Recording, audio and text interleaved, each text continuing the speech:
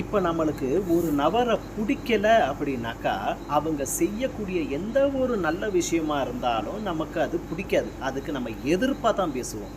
அதே சமயத்துல ஒரு நபரை நம்மளுக்கு பிடிக்கும் அப்படின்னாக்கா, அவங்க செய்யக்கூடிய எந்த ஒரு கெடுதலான விஷயமா இருந்தாலும் சரி, அந்த கெடுதலான விஷயத்துக்கு நம்ம துணை போவோம். அது நம்மளுக்கு சரியா படும். ஏன்னா நம்மளுக்கு அவங்க பிடிக்கும். இப்படி தான் காலம் போய்கிட்டு இருக்கு. எந்த ஒரு விஷயத்திலையும் எடுத்து பார்த்தீங்கன்னாக்கா, வளைவு சுளைவுக்கு தகுந்த மாரி மனுஷன் வளைய ஆரம்பிச்சுட்டான்.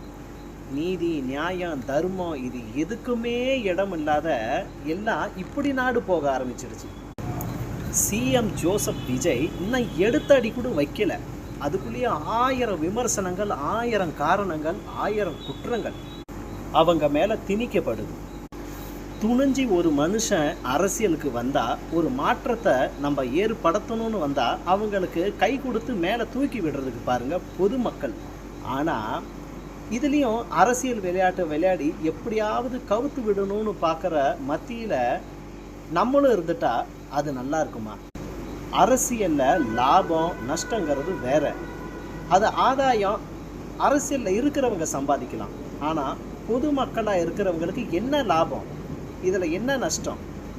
நமக்கு நன்மை நடக்குதுன்னா அதை சந்தோஷமாக ஏற்றுக்குங்க. கெடுதல் நடக்குதுன்னா கண்டிப்பாக யாராக இருந்தாலும் அவங்கள அந்த நேரத்தில் தட்டி கேளுங்க. அதை விட்டுட்டு இன்னும் அவங்க காலை எடுத்து கூட வைக்கல, அதுக்குள்ளேயே கீழே சறுக்க அவங்க காலை இழுத்து விட பார்க்கறது மிகப்பெரிய தவறு. யாரும் இந்த உலகத்தில் முழுசாக நல்லவங்களும் கிடையாது, அதே சமயத்தில் கெட்டவங்களும் கிடையாது. ஒன்று காலம் அவங்கள மாற்றும், இன்னொன்று காலத்தோட பயணிக்கிற பணம் அவங்கள மாற்றிடும்.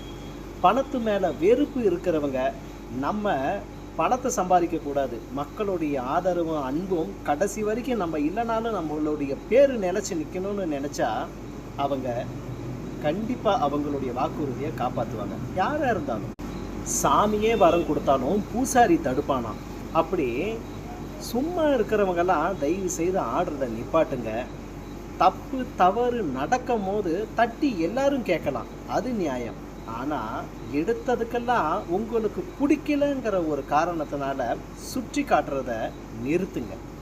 நேர்மை, நியாயம், தர்மம் நினச்சி நிற்கணும்னா உண்மை பக்கம் நில்லுங்க. உண்மையாக இருந்தால் உண்மை பக்கம் நில்லுங்க.